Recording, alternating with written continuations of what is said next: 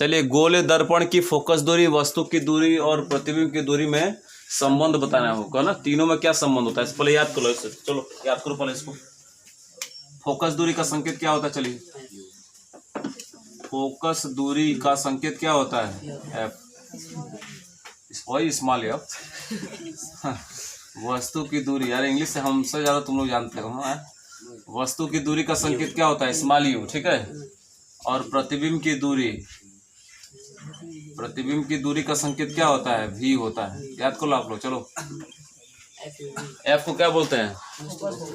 You को वस्तु की दूरी, अभी को। इन तीनों में संबंध दर्शाने वाला कौन सा फॉर्मूला, उसको आप याद करेंगे। देखो, उत्तल हो चाहे अवतल हो, दोनों में सेम टू सेम फॉर्मूला होता है। ऐसा नहीं कि उत्तल के अलग सूत्र है और अवतल के लिए अलग सूत्र है, लेकिन चिन्ह में अंतर होगा। क्या होगा वो बाद में देखिएगा।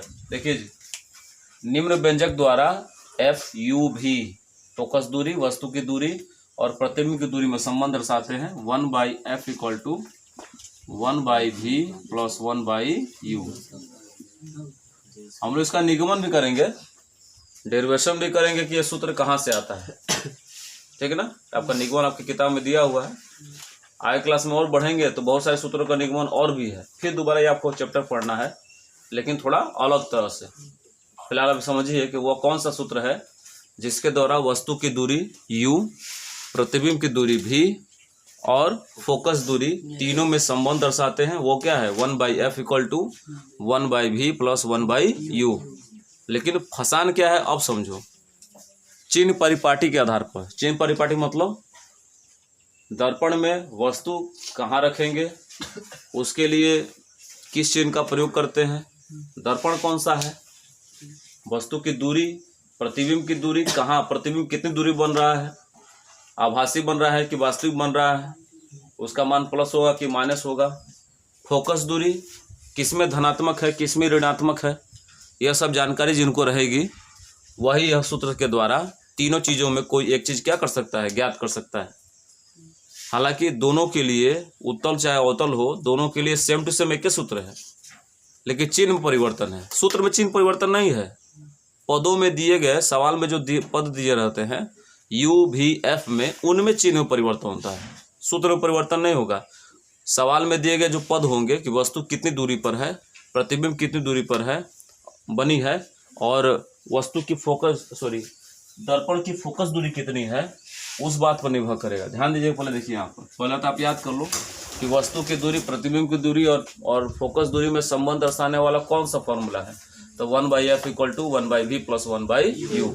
अब दो तथ्यों पर याद करना। पहली बात सुनिए था, एक ले लीजिए अवतल दर्पण, चलिए, और एक ले लीजिए उत्तल दर्पण। हम किसकी गणना कर रहे हैं? u, v, f की। u, v, f ऐसे याद करिएगा। ये तीनों ही क्या होता है? माइनस होता है उत्तल दर्पण में, अवतल दर्पण में। अवतल दर्पण में तीनों ही क्या होगा? माइनस। किसके लिए? वास्तविक प्रतिबिंब की रचना के लिए। किसके लिए? वास्तविक प्रतिबिंब। यानी सवाल में जब ये शब्द लगा हो वास्तविक प्रतिबिंब, तो उसके लिए याद करना कि वास्तविक प्रतिबिंब में u, v, f यानी वस्तु की दूरी, फोकस दूरी और प्रतिबिंब की दूरी तीनों क्या होती है? ऋणात्मक होती है। और उत्तल पृष्ठ में u तो हमेशा माइनस होगा भाई, उत्तल हो चाहे अवतल हो, u हमेशा माइनस से होता है। u माइनस क्यों होता है? क्योंकि चिन्ह परिपाटी में जो निर्देशांक ज्यामिति का प्रयोग करते हैं, देखिए निर्देशांक ज्यामिति ऐसे बनाते हैं ना। आप कोई भी दर्पण हम खींच दे, उत्तल चाहे अवतल, चलिए अवतल पृष्ठ हमने खींच दिया, ये अवतल पृष्ठ है, तो दर्पण के ध्रुव से सारी दूरियों को नापते हैं। आपको पहले बता दिया गया है कि दर्पण के ध्रुव से ही दूरियों को चलकर कभी दूरी माइनस लिखते हैं, कभी प्लस लिखते हैं। अब कोई भी दर्पण हो, उसके सामने ही वस्तु रखेंगे ना, भले उसका प्रतिबिंब कहीं बने, लेकिन दर्पण के सामने ही वस्तु रखते हैं। सामने का मतलब क्या है कि जो दर्पण का ध्रुव होगा उससे बाईं ओर की दूरी पर वस्तु रखी जाती है, चाहे वो उत्तल के आपको किरण आरेख बताए गए, चाहे अवतल के बनाए गए। कई वस्तु इधर रखे हैं नहीं, हमेशा कहाँ रखे हैं? मूल बिंदु से, यानी दर्पण के ध्रुव से बाईं ओर रखे हैं, इसीलिए u हमेशा क्या होगा? माइनस होगा। किसी को दिक्कत इसमें है?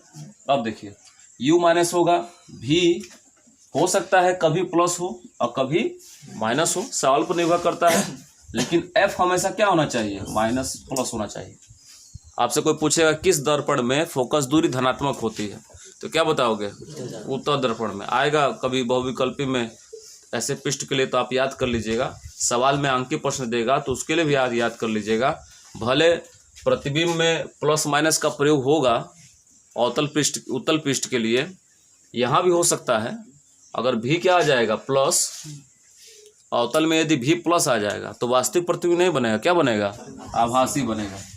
यानी प्रतिबिंब कहाँ चला जाएगा, दर्पण के पीछे चल जाएगा। पीछे मतलब इधर आ जाएगा भाई, इधर ना प्लस एक्स होता है, तो प्लस आ गया तो क्या बन गया, आभासी प्रतिबिंब बन गया उसी अवतल पृष्ठ में। चिन्ह पर विशेष ध्यान देंगे। किस दर्पण में फोकस दूरी क्या होती है, ऋणात्मक होती है, अवतल दर्पण में। किस दर्पण में फोकस दूरी धनात्मक होती है, उत्तल दर्पण में। ये थोड़े पूछेगा कि किस दर्पण में यू माइनस होता है, इतना बेवकूफ सवाल थोड़े पूछेगा वो।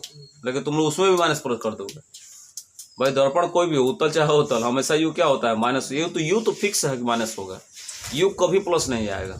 हाँ, भी प्लस माइनस हो सकता है, भी प्लस माइनस हो सकता है। आप इसको दिमाग से निकाल दीजिए। उत्तल दर्पण में हमेशा क्या बनेगा, आभासी बनेगा, भी चाहे प्लस या माइनस आवे, ठीक है ना। अब इसमें देखिए, इसमें भी अगर माइनस आएगा तो किस प्रतिबिंब की रचना होगी, वास्तविक की।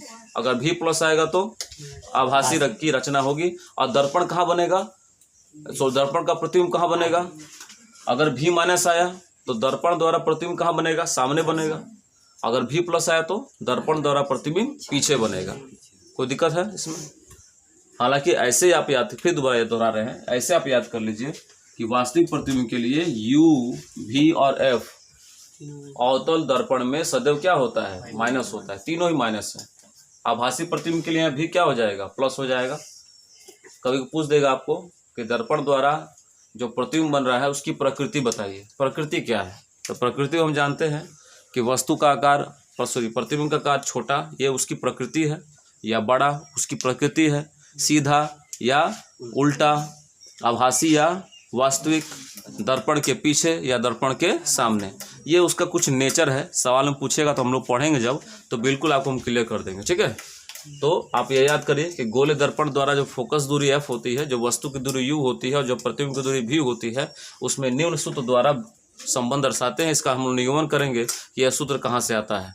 और पीछे आइए, अगर हम यू भी एफ में चिन्हों का प्रयोग करते हैं तो चिन्हों में देख लेना कि दर्पण में जो भी दूरी होती है, चाहे उत्तल हो चाहे अवतल हो, वह कहाँ से नापते हैं, ध्रुव से नापते हैं। ध्रुव से बाईं ओर की दूरी ऋणात्मक, दाहिनी ओर की दूरी धनात्मक होती है। ऊपर नीचे की दूरी हम लेते नहीं है, क्योंकि हम मुख्य अक्ष पर ही क्या करते हैं, वस्तु रखते हैं और दर्पण में प्रतिबिंब की रचना करते हैं। प्रतिबिंब कब यहाँ नहीं बनेगा, कब यहाँ नहीं बनेगा, किसे बनेगा, यक्ष अक्ष पर ही बनेगा। या तो उधर बने या तो पीछे बने।